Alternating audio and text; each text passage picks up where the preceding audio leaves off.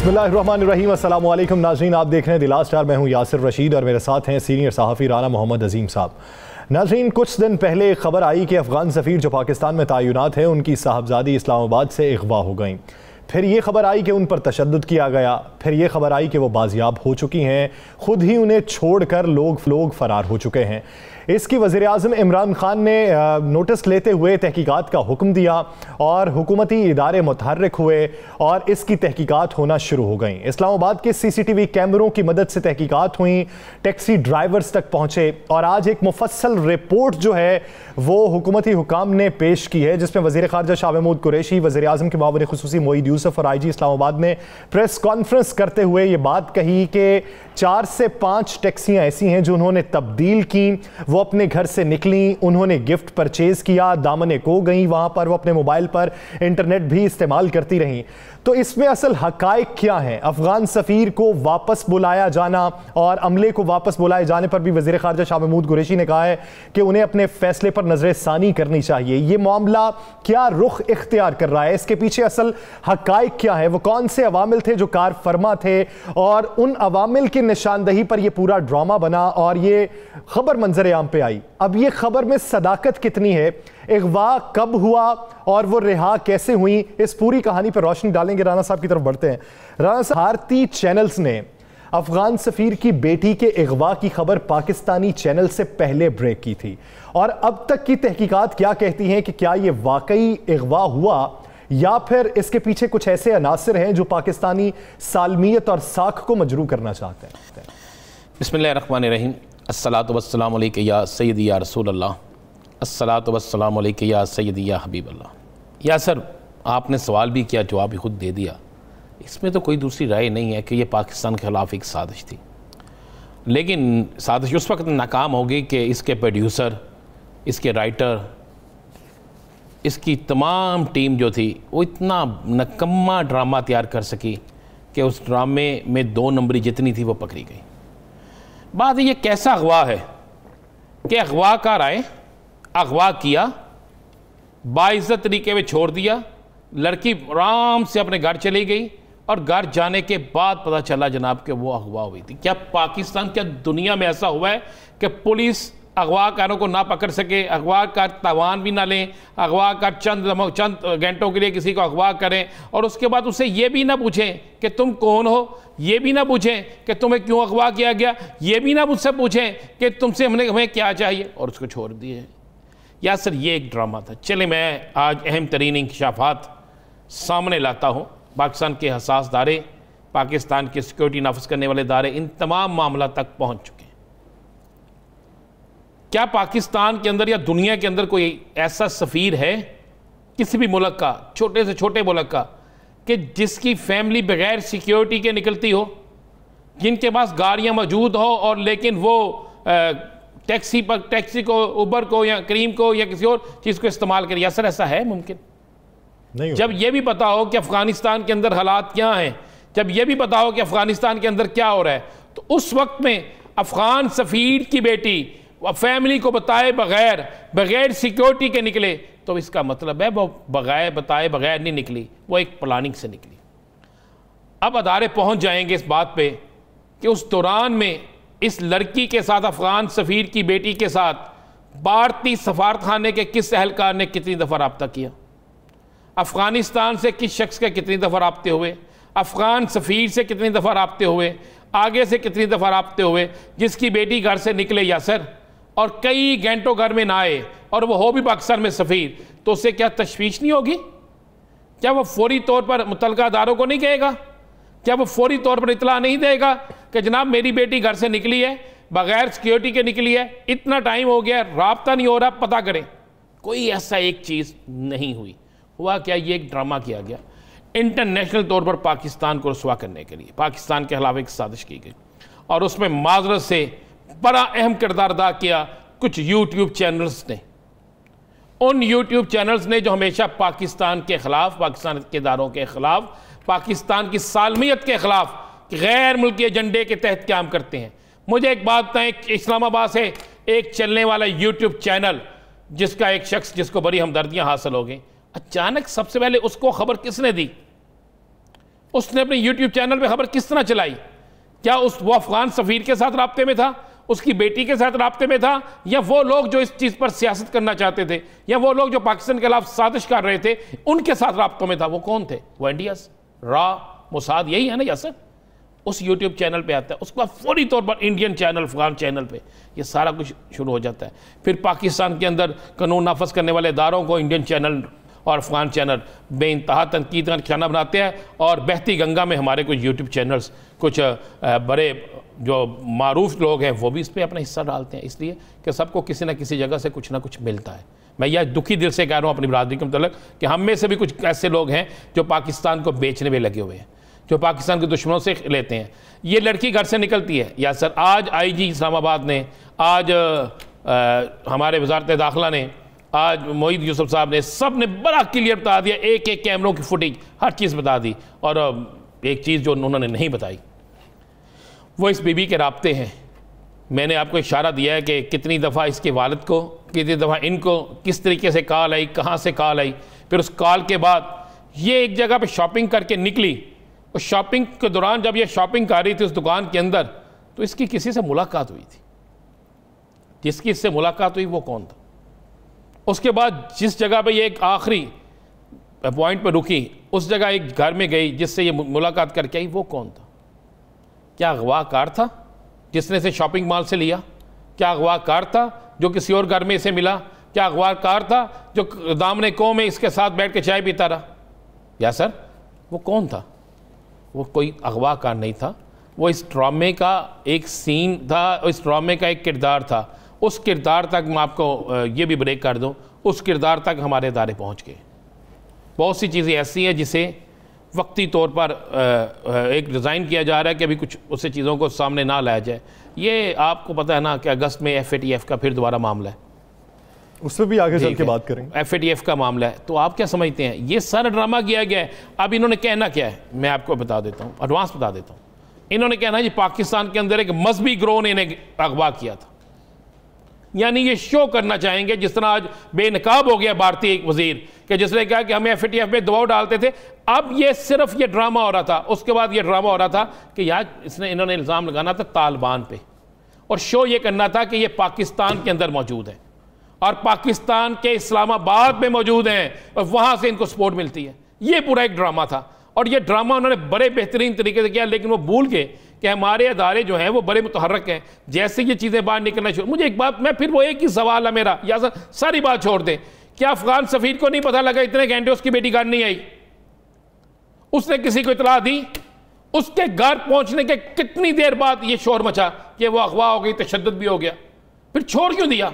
उससे पैसे वो लेके नहीं गए, उससे नकदी वो नहीं छीनी, उसका जेवर उन्होंने नहीं लिया, उसका मोबाइल उन्होंने नहीं छीना, उससे कोई चीज़ नहीं ली, उससे कोई उसकी कोई तस्वीर नहीं बनाई, उसका कोई ऐसा मामला नहीं किया कि जिसपे उसे ब्लैकमेल किया जा सकता। तो फिर कौन थे ये? इनको मैं आपको बता देता हूँ, इनको कहा गया कि इस्लामाबाद के कैमरे काम नहीं कर रहे, पिंडी के कैमरे भी काम नहीं कर रहे, आप ये ड्रामा करें, उसके बाद ऐसा होगा। सबसे पहले इंडियन चैनल्स को और पाकिस्तानी कुछ यूट्यूबर्स को बताया गया कि जनाब ये मामला है, और इतला किसी और जगह से आई, फिर ये सारा कुछ हो गया।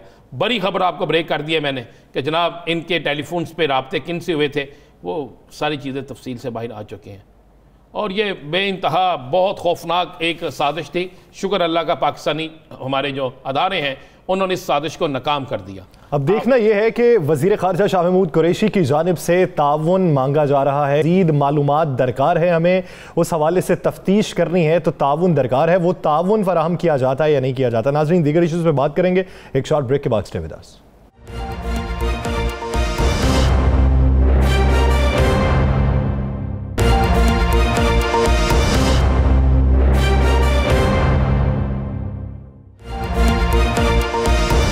Welcome back. नाज़रीन, एक ऐसा वक्त जिस वक्त में इंकशाफ हो रहा हो कि हमारा हमसाया मुल्क जो है वो हमारे दीगर दुश्मन मुल्क के साथ मिलकर हमारे वज़रा के फ़ोन टैप करता है, हैक किए जाते हैं और मालूमात तक रसाई हासिल की जाती है। एक ऐसा वक्त जब खित्ते में बदअमनी फैल रही है और पाकिस्तान अमन का किरदार अदा करने का ख्वाह है। एक ऐसा वक्त कि जब हम बार बार दुनिया को यह बावर कराने की कोशिश कर रहे हैं कि खित्ते में बदअमनी के पीछे कौन से अनासर मुलव्वस हैं। एक ऐसा वक्त कि जब कश्मीर का मुकदमा पूरी दुनिया के सामने लड़ा गया। एक ऐसा वक्त कि जब अफगानिस्तान में एक ऐसी हुकूमत की तश्कील के लिए कोशिशें जारी हैं जो अवाम की मुंतखब करदा हो। उसी वक्त में आजाद जम्मू और कश्मीर के इलेक्शन हो रहे हैं और एक दूसरे पर गद्दार कश्मीर फरोश और पाकिस्तान फरोशी के इल्जामात लगाए जा रहे हैं। एक ऐसे वक्त में जब ये इल्जामात लग रहे हों तो हमारी साख बैरूनी सतह पर किस हद तक मजरूह हो रही है, कश्मीर कॉज को किस हद तक नुकसान पहुंचाया जा रहा है। इसी पूरी सियासी मंजरनामे पर बात करने के लिए हमें ज्वाइन किया है पाकिस्तान तहरीक इंसाफ के सीनियर रहनुमा सेनेटर एजाज चौधरी साहब ने। चौधरी साहब, बहुत शुक्रिया आपके वक्त का। चौधरी साहब, आजाद कश्मीर इलेक्शन में गद्दार, मोदी का यार, कश्मीर बेच दिया, वकील हमारा कमजोर है, हम आने वाले दिनों में अवाम पर मुसल्लत की गई इस हुकूमत को गिरा देंगे, ये एक जानिब से नहीं है, हुकूमती और ऑपोजिशन दोनों जानिब से ये इल्जामात लगाए जा रहे हैं। आप क्या समझते हैं बतौर पाकिस्तानी के कश्मीर कॉज के लिए हमारी जो जाने गई, जो कश्मीरियों ने अपना लहू बहाया या हमने आजादी के नारों के हुकूक के लिए जिस हद तक साथ दिया, उसको कितना नुकसान पहुंचा? जी बहुत शुक्रिया जी। पहली गुजारिश तो यह है कि पाकिस्तान में जब इंतखाबात की मुहिम चलती है और जलसे होते हैं तो उसमें जो रूटीन की सारी सियासत होती है उससे ज़्यादा ज़रा हीट पैदा हो जाती है, गर्मा गर्मी होती है और उसमें कुछ ऐसे फ़िक्रे और ऐसे बयानात सुनने को आ जाते हैं जो रूटीन के नहीं होते। लेकिन आज़ाद कश्मीर के इन इंतखाबात के अंदर मेरा ख्याल है सूरत हाल इससे कुछ ज़्यादा बढ़ गई है। सबको चाहिए कि वो अपनी पार्टी का मंशूर पेश करें और इसके अलावा वो कोशिश करें कि जो कारकर्दगी उनकी है हुकूमत की उसको रखें। इसलिए मैं समझता हूँ कि तमाम सियासी जमातों की तरफ से इसमें एहतियात का दामन जो है वो नहीं रखा गया और यानी इससे ज़्यादा सूरत हाल जो है वो बाहर की दुनिया को लगती है कि ज़्यादा एग्रेवेट हो गई है। लेकिन दो चीज़ों के ऊपर मैं समझता हूँ कि बहुत ही कंट्रोल होना चाहिए था, जिसमें एक चीज़ ये है कि कश्मीर बेच दिया। मैं आपको ज़ाती तौर पे अर्ज़ करता हूँ कि हुर्रियत रहनुमाओं की मेरे साथ गुफ्तगू हुई, उधर से भी, मकबूजा कश्मीर से भी और यहाँ के भी हुर्रियत रहनुमाओं से। उन्होंने कहा कि जब आप ये आपकी अपोजिशन ये कहती है कश्मीर बेच दिया तो आप समझें कि आप हमारी पीठ में छुरा घोंपते हैं, और जो जद्दोजहद है हम तो पाकिस्तान को अपना बेस कैंप समझ के अपनी सारी जद्दोजहद कर रहे हैं और हर तरफ पाकिस्तान का परचम लहरा के बैठे हुए हैं और समझते हैं कि ये परचम ही हमारी हिफाजत करेगा। उनके लिए बड़ा तकलीफ देह है। दूसरी बात अपोजिशन की तरफ से जो कही जा रही है कि जी ये सूबा बनाने के लिए जा रहे हैं। अब अगर हमारा पूरा दुनिया के सामने इन 74-75 सालों के अंदर स्टैंड ये है कि कश्मीर एक यानी पूरी एक रियासत है, उसका एक वजीर आज़म है और उसके इंतखाबात होते हैं और जो जहां जहां पे भी कश्मीरी रह रहा है, आपको मालूम है कि अगर 53 सीटों में से यानी 8 सीटें रिजर्व हैं, 45 में से 12 जो हैं वो पूरे पाकिस्तान के अंदर जो जम्मू के या वैली के लोग हैं उनकी मखसूस हैं। चुनाचे अगर आप सूबा बनाने की बात करेंगे तो इसका भी यानी भारत के अंदर और मकबूजा कश्मीर के अंदर एक तासुर जाएगा। भारत के अंदर तो खुशी मनाई जाएगी कि वो भी यही चाहते हैं और मकबूजा कश्मीर में तकलीफ पहुंचेगी जद्दोजहद आज़ादी के लिए काम करने वाले लोगों की। इसलिए मैं समझता हूं कि ये खत्म होना चाहिए। कहते हैं कि ये बात पाकिस्तान के अंदर जो तकारीर हो रही हैं, इन तकारीर से आज़ादी कश्मीर की जो है, कश्मीर की आज़ादी की तहरीक जो है उसको नुकसान पहुँच रहा है। अपोजिशन तो ये कर रही है, कोई शक नहीं, इस पर हम भी तनकीद कर रहे हैं, सब कर रहे हैं। हुकूमती सतह पर जो हो रहा है, हुकूमती वज़रा जो कश्मीर के अंदर जाके बात कर रहे हैं, क्या वो बात दुरुस्त है? वो ऐसा होना चाहिए था? देखिए मैं आपसे अर्ज करता हूँ राना साहब, मैं आपसे अर्ज करता हूँ, देखें हुकूमती वज़रा के कुछ बयानात को आप काबिल एतराज़ समझ सकते हैं, लेकिन जो चीज़ यानी पाकिस्तान से बाहर गलत पैगाम दे रही है, वो कम से कम हुकूमती वज़रा की तरफ से नहीं कहा गया है। यानी ज़ाहिर है जो नोक झोंक और जो तलखी पाकिस्तान की सियासत के अंदर है, अगर वो उसी तरह ही रहे तो आप उसका कोई डैमेज नहीं होता। लोग समझते हैं ये पाकिस्तान की सियासी जमातें हैं। जो सब चले इससे आगे चले जाते हैं। आज मरियम ने कहा है कि धांधली की तैयारी कर ली गई है, धांधली होने लगी है, प्लानिंग कर ली गई है, इसका रिजल्ट कुछ और होगा और उसके बाद हम तहरीक चलाएंगे, हम इसे ऐसे नहीं बैठने देंगे। तो इसमें कितनी हकीकत है? राना साहब, मैं चौधरी साहब आपकी तरफ आता हूं। मरियम नवाज के आज के खिताब का कुछ हिस्सा मुलाहिजा कर लेते हैं कि उन्होंने आज़ाद जम्मू कश्मीर में खिताबते हुए क्या कहा है और हुकूमत पे इल्जामात क्या लगाए। मेरी कंफर्म इत्तला ये है कि केपी से पुलिस के लोग भी भेजे, अपने भरोसे के अफसरान भी भेजे हैं, धांधली के लिए वो यहाँ चुन चुन कर उसने भेजे और यहाँ तैनात कर रहे हैं। जी चौधरी साहब, राना साहब का सवाल और मरियम नवाज साहिबा की गुफ्तगू। अच्छा, पहले तो मैं आपसे अर्ज करूं कि मैंने मरियम साहिबा जैसा गैर जिम्मेदार सियासतदान अपनी कम अज कम सियासी जिंदगी में नहीं देखा। उसके मुंह से आप कुछ भी सुन सकते हैं। मुझे ये बताइए कि हुकूमत इनको 1 साल तकरीबन हो गया ये कहते हुए कि आइए बैठ के इलेक्शन रिफॉर्म्स कर लें। हम 21वीं सदी में हैं तो हमें टेक्नोलॉजी का इस्तेमाल करना चाहिए, हमें थंब इम्प्रेशन वेरिफिकेशन इस्तेमाल करनी चाहिए, हमें काउंटर इस्तेमाल करना चाहिए, इलेक्ट्रॉनिक वोटिंग मशीन इस्तेमाल। वो तो इन्हें लगती है कि बड़ी धांधली हो रही है, धांधली की प्लानिंग हो रही है। दूसरा यह है कि आपको पता है जो इलेक्शन से पहले धांधली का वावेला करते हैं ना, वो इलेक्शन वैसे ही ज़हनी तौर पर हार चुके होते हैं, वरना उनका मौकफ ये होता है कि जो मर्जी धांधली कर लें हम जीत रहे हैं। ये मौकफ नहीं है उनका। और मुझे ये बताइए कि आज़ाद कश्मीर की जो साबिक हुकूमत है, आज तक हुक्मरान है, वहां पे कोई केयर टेकर नहीं आता और ऐसे कवानीन के अंदर इन्होंने तब्दीली की है कि हुकूमत जो है वक्त की उसको बहुत ज्यादा इख्तियारात दिए हुए हैं। इसलिए मैं समझता हूं कि यानी मरियम बीबी ये समझती हैं कि सारा पाकिस्तान यानी उनकी हिदायत और उनके हुक्म और उनके ख्यालात के मुताबिक सोचता है। ऐसा नहीं है, बिल्कुल। सर जो तबादले और तबादलों का शोर मचा हुआ है वो क्या है? तो तबादले कर रही हैं तो यानी खुद वो करते हैं। ये इख्तियार आजाद कश्मीर की हुकूमत को है, जिसका वजीर आजम अभी तक PMLN का है, हमारा नहीं है। बाकी रहा जो रूटीन के तबादले और यानी वो तो कर रही हैं, वो किसी वक्त भी हो सकती हैं। क्या कहीं आइन में उसके ऊपर पाबंदी है? क्या ये नहीं होना चाहिए? जाहिर है जो कवानीन है उसके मुताबिक ये इंतखाबात हो रहे हैं ना, वरना इलेक्शन कमीशन मौजूद है, वो अपनी बात कह सकता है। इसलिए मैं समझता हूं, मैं मुस्तरद करता हूं उनके इन ख्यालात को, क्योंकि वो बिल्कुल गलत कह रही हैं। उन्हें आइन का नहीं पता, उन्हें कानून का नहीं पता, उन्हें आजाद कश्मीर के अंदर जो रवायत हैं उसके बारे में इल्म नहीं है, इसलिए वो जो मर्जी आए मुंह में कैसे। क्यों नहीं इलेक्शन रिफॉर्म्स की तरफ ये लोग आते? आप मुझे बताइए। इनके पास कहने को कुछ नहीं है। हम कहते हैं कि आप आए और आकर हमारे साथ बैठें। आपकी इंतखाबी फहरिस्तें दुरुस्त नहीं हैं। आजाद कश्मीर का तो इंतखाब 5-4 रोज बाद हो गया, बाकी रह जाएगा पाकिस्तान के अंदर होने वाले इंतखाबात। मैं आज आपको राना साहब दावे से कह रहा हूं, मैं चैलेंज करता हूं, मैं सियासत छोड़ दूंगा अगर मैं ये साबित ना कर सका कि लाहौर के अंदर 25, 26, 27% गलत इंदराज है वोटों का। लाहौर के अंदर ये इन्हीं का किया धरा बरस से कि ये फिर जाहिर है उसका फायदा कौन उठाता है? जिन लोगों ने ये सारा कुछ किया हुआ है। 25% अगर फहरिस्तें इंतखाबी गलत हैं तो नताइज कैसे सही आ सकते हैं? मैं इसको सेनेट में लेकर जा रहा हूं कि ये इंतखाबी फहरिस्तें गलत हैं। 2% आप क्या समझते हैं आजाद कश्मीर का इलेक्शन जो है वो 2023 के इलेक्शन पे इंपैक्ट डाल सकता है?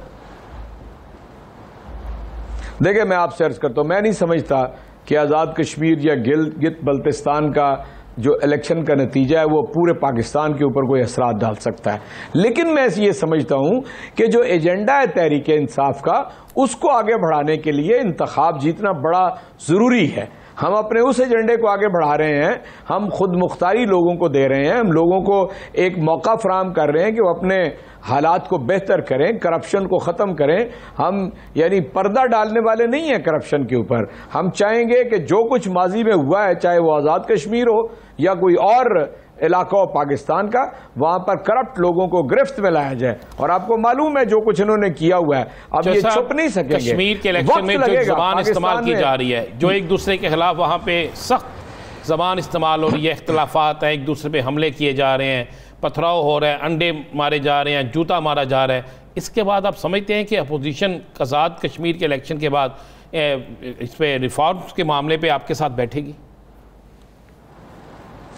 देखिए ना, हमारा मौक़िफ़ अवाम तक पहुंचना चाहिए, दुनिया को हुकूमत का और तहरीक इंसाफ का मौक़िफ़ पहुंचना चाहिए। लोग फैसला कर लेंगे कि इस्लाह ये भी बता दें तहरीक इंसाफ का मौक़िफ़ क्या है, ये भी जरा आज मैं जानना चाहूंगा। तहरीक इंसाफ का मौक़िफ़ क्या है? महंगाई पे कंट्रोल आपका मौक़िफ़ था, महंगाई पे कंट्रोल नहीं हुआ। मुझे कोई ऐसी चीज बता दे जो जिसमें कंट्रोल हुआ। करता हूं राना साहब, जी मैं आपसे अर्ज करता हूं। देखिए राना साहब, मैं ये जो आपका महंगाई का कहना ना, मैं आपको चूंकि अर्ज करके कोई बात अपनी समझाने की कोशिश करूंगा, अगर यहां पर कोई PMLN या दूसरी जमात का नुमाइंदा होता तो उन्होंने कभी नहीं समझा। नहीं, जो सब सुनना चाह रहा हूं, बिल्कुल आप समझाएं, हम जानना चाहते हैं, लोग जानना चाहते हैं।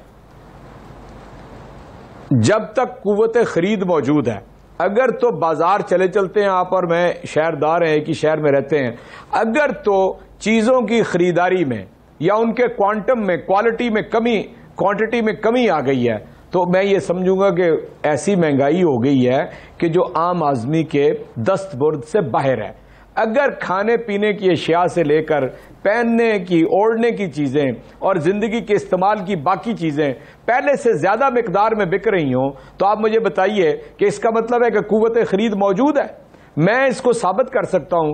गुज़श्ता 3 साल के अंदर मैं पूरी वसूख से ये बात 1 साल से कह रहा हूं, और अब 3 साल हो गए हैं मुकम्मल, कि पाकिस्तान में 65 से 70% आबादी जो है उसका ताल्लुक देहाती जिंदगी से है, एग्रीकल्चर से है, किसान है, काश्तकार हैं, उनको हर फसल के अंदर मुनाफा हुआ है, हर फसल के अंदर मुनाफा हुआ है। चौधरी साहब, किसानों को तो मुनाफा हुआ, लेकिन एक आम तबके का फर्क, जो हम मिडिल तबका जिसे कह सकते हैं, हमने बेशुमार ऐसे खानदान देखे जिन्होंने अपनी सेविंग्स इकट्ठी कर रखी थी और इसी 3 साल के अरसे में उन्होंने अपनी सारी की सारी सेविंग्स लगा दी हुई हैं। तो क्या आप उसे भी कुव्वत खरीद में शुमार करेंगे? देखिए, मैं आपसे अर्ज करूं, मैं असल में ना जब अपनी बात मुकम्मल करना चाहता था, जो आपने फरमाया ना, इसको भी मैं बीच में ले लेता। अगर 65 से 70% आबादी की बात आपने समझ ली है, तो फिर आप समझ लें हमारी इस 34-35 माह की हुकूमत के अंदर 16 महीने कोविड के हैं। दुनिया बर्बाद हो गई है। जिनकी शरह नमू 11, 10, 12% थी, मनफी के अंदर चले गए। आपके हमसाये के अंदर मौजूद है ममालिक ऐसे। पाकिस्तान को अल्लाह ताला ने इस मुसीबत के वक्त के अंदर, 1 सदी के बाद पूरी दुनिया के अंदर आई है, अल्लाह ने बचा ली है। हमारी मईशत उस तरह बर्बाद नहीं हुई जिस तरह गालिब तहजीबें जो हैं दुनिया की, अमरीका और बरतानिया और बड़े बड़े जो ताकतवर इकोनॉमीज हैं, वो ज़मीबोस हो गई हैं। इसलिए आप इसको अल्लाह का खास एहसान समझें कि उसके बाद तनख्वाहदार तबके के ऊपर बिलाशुबा मैं समझता हूं कि दबाव आया है। हुकूमत ने गुज़श्ता साल के अंदर तकरीबन 1.5 करोड़ खानदानों के अंदर कुछ कफालत के नाम पे 12,000 रुपये एक दफा और दीगर वो सारी चीजें की हैं। ठीक है, इस साल फिर ये प्रोसेस शुरू हो चुका है और इस माली साल के अंदर 260 अरब रुपया है। चुनाचे मैं ये कह रहा हूं कि लोगों को मुश्किलात हैं, इसमें कोई शक नहीं है, लेकिन अगर आप खाने पीने की अशिया का मुकाबला पूरी दुनिया से करें तो मैं ये आपको जिम्मेदारी से अर्ज कर रहा हूं कि पाकिस्तान में खाने पीने की अशिया कम है। आप तेल ले लेना, यहां पर पेट्रोलियम की कीमतों के बारे में बहुत वावेल है। अगर आज भी मैं ये साबित कर सकूं आपको कि पाकिस्तान के अंदर पेट्रोलियम की मसनूआत की कीमत नून लीग के दौर से कम है, किस तरह भला आप, मैं बताता हूं जो सब ये जो आप जमा तफसील कर रहे हैं दुरुस्त है, लेकिन आज हालात भी बड़े चेंज। जो सब बड़ा एक खसास मामला, अफगान सफीर की बेटी के अगवा का एक ड्रामा, उस पर आज अपोजिशन ने भी सियासत की, मरियम ने भी बाकायदा तकरीर की। तो क्या इन हसास मामलात पर अपोजिशन को तनकीद करनी चाहिए थी, सियासत करनी चाहिए थी, और इसका असल मामला क्या निकला है? देखिए, मैं आपसे, एक तो अपोजिशन जो है ये शिकस्त खुर्दा अनासर के ऊपर मुश्तमिल है ये वो अपोजिशन है, दोनों बड़ी सियासी जमातें, और तीसरा इनके गुरु फजलुर रहमान साहब MMA के अंदर, जिन्होंने पाकिस्तान के अंदर एक फेल खारजा पॉलिसी चलाई, जो अमेरिका के कासा लैस थे, जिन्होंने अमेरिकी डिक्टेशन कबूल की, जिन्होंने डू मोर किया, जिन्होंने ड्रोन हमले पाकिस्तान के ऊपर करवाए, जिन्होंने कोलेटरल डैमेज के नाम के ऊपर और उन धमाकों के अंदर 70,000 पाकिस्तानियों को यानी बेचारे अपनी जान से गए, 5-6 हजार पाक फौज के लोग शहीद हुए, और यानी $1.25 से $1.5 बिलियन का पाकिस्तान का नुकसान हुआ। ये शिकस्त खुर्दा लोग हैं जहनी तौर पे। आप समझें कि पाकिस्तान में पहली आजाद पॉलिसी बनाई गई है, रीजनल भी और पूरे दुनिया के एतबार से खारजा पॉलिसी, इसलिए इनकी किसी बात में कोई वजन नहीं है। दूसरी की किसी बात में कोई वजन नहीं है। ऐसे हसास मामलात पे बात जो है उसमें एहतियात के दामन को नहीं छोड़ना चाहिए। जहां पे नेशनल सिक्योरिटी का उनसर पैदा हो जाए वहां पे बात करते वक्त एहतियात से काम लेना चाहिए। बहुत शुक्रिया एजाज साहब इस हवाले से अपना वक्त देने के लिए। नाज़रीन, दीगर इश्यूज पे बात करेंगे एक शॉर्ट ब्रेक के बाद। Stay with us.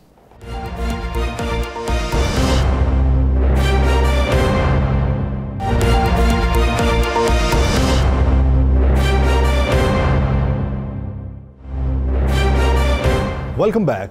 नाज़रीन, पाकिस्तानी सियासत में पैदा हुआ अदम इस्तेहकाम और उसके आने वाले दिनों में असरात खित्ते पर भी बैनुल-अक़वामी सतह पर भी, ये हमको किस नहज तक पहुंचाएंगे? पाकिस्तानी सियासत में इस्तेहकाम कैसे आएगा?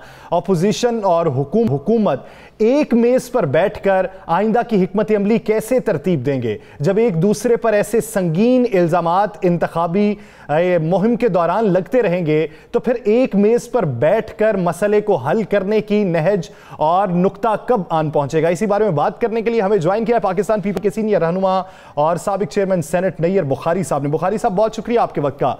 बुखारी साहब, आजकल आज़ाद कश्मीर की इलेक्शन कैंपेन के दौरान जिस तरह के इल्ज़ामात लग रहे हैं, मैं ये नहीं कहूँगा कि अपोजिशन ही सिर्फ हुकूमत पे इल्ज़ामात लगा रही है, बेशतर हुकूमती वज़रा ने भी इल्ज़ामात लगाए। इस तरह की ज़ुबान कश्मीर कॉज को किस हद तक नुकसान पहुँचा रही है और हमारे हमसाया मुल्क के जो बयानिए को किस हद तक तक़वियत बख्श रही है? शुक्रिया। अगर आप पिछले 2.5 साल की परफॉर्मेंस देखें गवर्नमेंट की और उनकी लीडरशिप का जो रवैया, जो एटीट्यूड है अपोजिशन के साथ, और बिलखुसूस उनके जो पार्टी के सरबराह हैं हुकूमती जमात के, उनका जो रवैया है वो आप सामने रख लें तो फिर आप किसी पे इल्ज़ाम लगाएं या किसी को मोरद इल्ज़ाम कराएं तो आपके पास सामने सबूत आ जाएगा। हुकूमत वक्त हमेशा से तअम्मुल का मुज़ाहरा करती है और टॉलरेंस का मुज़ाहरा करती है, लेकिन इस हुकूमत के 3 साल आप देख लें, इसमें ऐसी टॉलरेंस की कोई चीज़ आपको नज़र नहीं आएगी। बिलखुसूस वर्किंग रिलेशन एस्टैब्लिश करना इस हुकूमत ने सीखा ही नहीं, ना उनके वज़रा ने सीखा, ना उनके वज़ीर-ए-आज़म ने सीखा। और वर्किंग रिलेशंस एस्टैब्लिश करना बुनियादी हुकूमत वक्त की जिम्मेदारी होती है। अपोजिशन का तो काम है क्रिटिसिज्म, अपोजिशन तो उनके वीक पॉइंट्स को उजागर करती है, लेकिन गवर्नमेंट का काम होता है कि वो कन्फ्रंटेशन की पॉलिसी अडॉप्ट न करे। और इसी तरह जो अंदाज अख्तियार किया गया वज़रा का और वज़ीर-ए-आज़म का, पिछले 2.5 साल से 3 साल से एक NRO मांग रहे हैं, तो किसने तुमसे NRO मांगा और किसने आपको NRO की दरख्वास्त की? 12 अपोजिशन कहती रही कि आप ये बात वाज़ह करें, लेकिन इस लट के अलावा और कोई मौक़िफ़ ही नहीं है हुकूमत का NRO के अलावा। और फिर एक ही इल्ज़ाम लगाते जी, जब भी कभी आइन के अलावा अमेंडमेंट की बात, किसी कानून की अमेंडमेंट की बात हो तो इल्ज़ाम लगा देते जी NRO ये मांग रहे। तो ये वर्किंग रिलेशन एस्टैब्लिश करना इनको आता ही नहीं, और बिलखुसूस ये इनएक्सपीरियंस लोग हैं, ना तजुर्बा। नहीं भाई साहब, कश्मीर की बात हो रही है, कश्मीर का इलेक्शन है।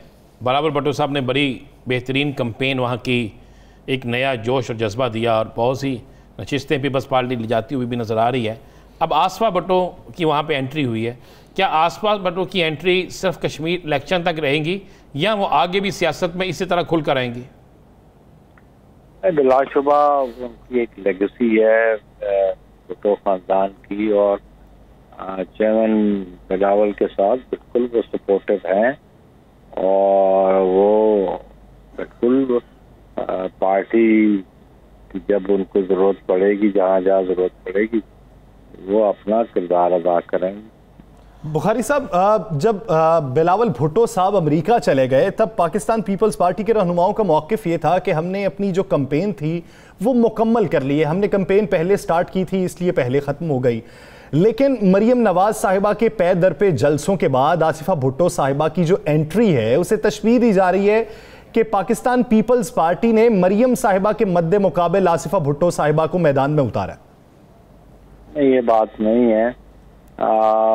लेकिन जो बैरूनी मुल्क के जो दौरे होते हैं वो यकलख्त होता है नहीं होते, और ये बहुत पहले से चेयरमैन का दौरा शेड्यूल था और उसके मुताबिक हमने अपना शेड्यूल रखा, और उनकी एब्सेंस में ये ड्यूटी लगी थी कि कौन कौन से पार्टी के रहनुमा किधर किधर इलेक्शन कैंपेन में जाएंगे, और आखिरी जलसा भी जो चेयरमैन बिलावल भुट्टो खुद वापस आएंगे, और इंतखाबी मुहिम का जो आखिरी जलसा है वो भी चेयरमैन बिलावल ही उसमें शरीक होंगे और खिताब भी करेंगे।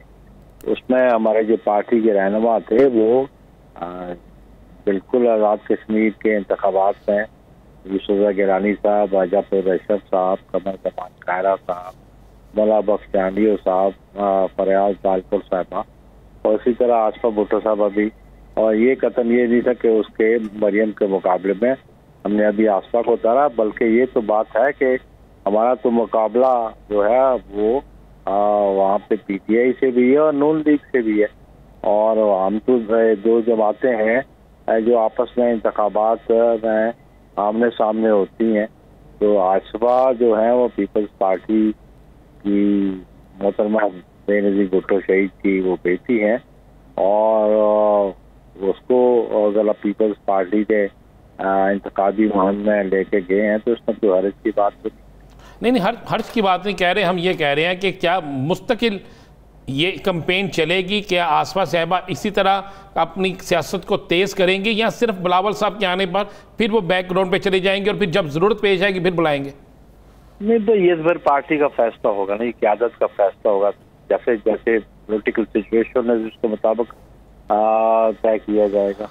अच्छा, आज मोहतरमा मरियम साहिबा ने इल्ज़ाम लगाया है कश्मीर में कि रिज़ल्ट तैयार हो चुका है, बाकायदा धांधली हो रही है, कुछ तैनातियाँ हो रही हैं, और ये फलां और ये रिज़ल्ट जो है जो हम जीत रहे हैं वो हम नहीं जीत रहे, चेंज हो रहा है, मुझे कुछ बुरा लग रहा है होता हुआ। क्या आप समझते हैं, आप तईद करते हैं उसकी? बिल्कुल, जो आज जो मुझे इत्तला था, ना सिर्फ आज़ाद कश्मीर का इलेक्शन कमीशन इसमें नोटिस भी हो रहा, बल्कि जो सीटें पाकिस्तान में हैं, जो कश्मीरियों की सीटें 12 सीटें हैं, आज लाहौर की सीट वैली 2 LA41 में लिस्ट में आज उसमें एडिशन की गई है वोटों की, और पोलिंग स्कीम चेंज की गई है जब एक हफ्ते से कम टाइम रह गया इलेक्शन का, और वोटर लिस्ट को तो इलेक्शन शेड्यूल अनाउंस हो जाएगा, डिस्टर्ब नहीं किया जा सकता। और मैं समझता हूँ कि ये वफाक अपना असर रसूख इस्तेमाल करके अपनी कारस्तानियाँ कर ली हैं, और इस किस्म के इंतखाबात वो शफाफ नज़र नहीं आ रहे। बुखारी साहब, जो मरियम नवाज साहिबा हर रोज़ एक नारा लगा रही हैं कि कश्मीर सूबा नहीं बनेगा, क्या आप ये समझते हैं कि हुकूमत ने ऐसा कोई इकदाम उठाने की कोशिश की? एजाज चौधरी साहब कुछ देर पहले हमारे साथ मौजूद थे, वो कहते हैं हुर्रियत रहनुमा मकबूजा जम्मू कश्मीर में और आज़ाद जम्मू कश्मीर में इस बयान पे ये कहते हैं कि आप हमारी पीठ में छुरा घोंप रहे हैं। देखिए, क्या उनके पास कोई इस किस्म के अगर इत्तलात होंगे तो वो उसका बेहतर वजाहत वो कर सकती है।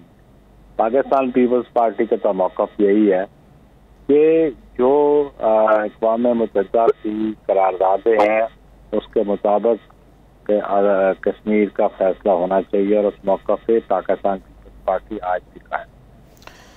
नैयर बुखारी साहब, कश्मीर के इलेक्शन गुजर जाएंगे, उसके बाद पार्लियामेंट के इजलास शुरू होंगे और इंतखाबी इस्लाहात पर अपोजिशन को दावत दी जाएगी आएँ आकर बैठें। तो क्या अपोजिशन की तरफ से पाकिस्तान पीपल्स पार्टी खासकर इस पर तैयार है? पीपल्स पार्टी इंतखाबी इस्लाहात पर हुकूमत के साथ बैठने के लिए तैयार है?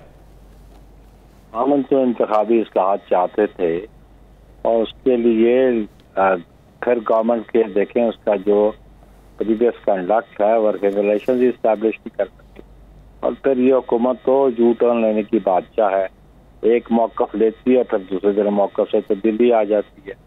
तो ये फैसला तो फिर हमारी सीसी की करेगी, लेकिन जो प्रीवियस कंडक्ट है इस गवर्नमेंट का और जो अप्रोच है लेजिस्लेशन के हवाले से, वो तो ऐसी नज़र नहीं आती कि ये working relation start.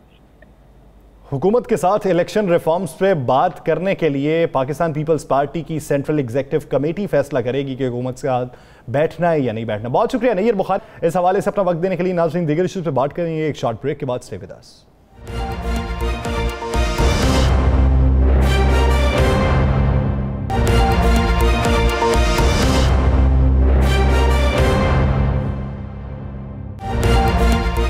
Welcome back. नाज़रीन, भारत का घिनौना चेहरा एक बार फिर से बेनकाब हुआ है।